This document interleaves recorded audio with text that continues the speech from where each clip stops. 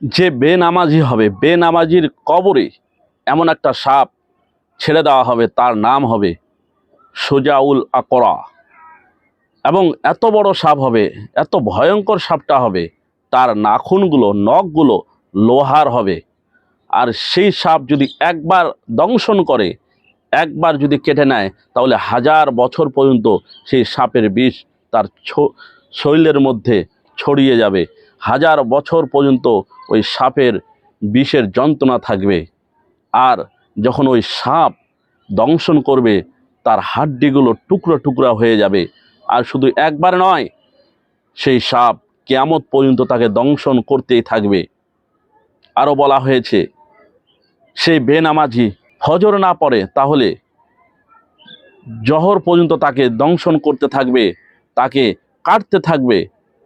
যদি জহর না পড়ে তাহলে আসর পর্যন্ত তাকে দংশন করতে থাকবে, সবল মারতে থাকবে। আসরের নামাজ যদি না পড়ে তাহলে মাগরিব পর্যন্ত তাকে দংশন করতে থাকবে, কাটতে থাকবে। আর মাগরিব যদি না পড়ে তাহলে মাগরিব থেকে এশা পর্যন্ত তাকে দংশন করবে, কাটবে। এশা যদি না পড়ে ফজর পর্যন্ত তাকে ওই সাপ দংশন করবে, কাটতে থাকবে। আল্লাহু আকবার কাবীরা। এ মুসলমান, একবার চিন্তা করুন। আরও হাদিস পাকের মধ্যে এসেছে, বেনামাজির কবরে একটা নয় 99টা সাপ ছেড়ে দেওয়া হবে। 99টা সাপ। ভাবুন, একটা সাপ যদি এত ক্ষমতাবান হয়, একবার দংশন করলে যদি 1000 বছর পর্যন্ত বিষ থাকে, তাহলে ওই ব্যক্তির কবরে 99টা সাপ ছেড়ে দিলে ওই ব্যক্তির অবস্থা কি হবে? ওই ব্যক্তি সহ্য করবে কেমন করে? এ মুসলমান, এই জন্য এখনও সাবধান হয়ে যান, নামাজ পড়ুন। এই নামাজ কিন্তু আপনাকে বরকত এনে দিবে। এই নামাজ কিন্তু আপনার বাড়িতে রহমত এনে দিবে। এই নামাজ কিন্তু আপনার রূহটা পবিত্র করে দিবে। এই নামাজ কিন্তু আপনাকে একটা ভালো মানুষ তৈরি করে দিবে। এই নামাজ কিন্তু আপনাকে একটা আল্লাহওয়ালা বানিয়ে দিবে। এই নামাজ কিন্তু আপনাকে একটা পবিত্রতা, আপনার শরীরটা পবিত্রতা রাখবে। এই নামাজ এমন এক ইবাদত, যখন বান্দা সিজদার মধ্যে যায় তখন আল্লাহ সব থেকে খুশি হয়। আর হাদিস পাকের মধ্যে এসেছে, সব থেকে উত্তম ইবাদত হলো নামাজ। সব থেকে উত্তম ইবাদত নামাজ। আর কিয়ামতের ময়দানে সর্বপ্রথমে এই নামাজের হিসাব নেওয়া হবে। এ মুসলমান, তাহলে কেন আজকে নামাজ থেকে দূরে?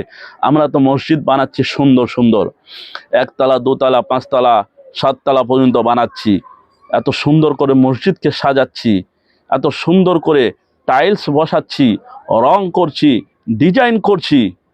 এত বড় মসজিদ বানার পরে, এত সুন্দর মসজিদ বানার পরে ওই মসজিদে কিন্তু নামাজি হয় না, নামাজ পড়ি না। আমরা টাকা দিতে রাজি, মসজিদ বানাতে রাজি, মসজিদ সুন্দর করতে রাজি, কিন্তু সেই মসজিদে এসে সিজদা দিতে রাজি নয়। হায় আফসোস!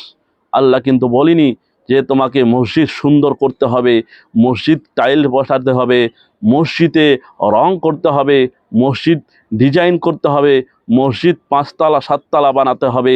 আল্লাহ বলছে, বান্দা, মসজিদকে যদি সাজাতে হয়, মসজিদকে যদি সাজাতে হয়, তাহলে রং দিয়ে, ডিজাইন দিয়ে এবং ফুল দিয়ে নয়, সিজদা দিয়ে সাজাও, নামাজ দিয়ে সাজাও, ইবাদত দিয়ে সাজাও। সুবহানাল্লাহ। কিন্তু আজ আমরা উল্টা, মসজিদকে সাজাচ্ছি কি দিয়ে? রং দিয়ে, টাইলস দিয়ে এবং ফুল দিয়ে, ডিজাইন দিয়ে মসজিদকে সুন্দর করছি, কিন্তু মসজিদের একদম আসল যে হক, সেই হককে আমরা আদায় করি না। আমরা গ্রামবাসী মসজিদ তৈরি করছি, কিন্তু মসজিদের যেটা হক, মসজিদের যেটা পাওনা, সেই পাওনাটাকে আমরা দিতে পারছি না।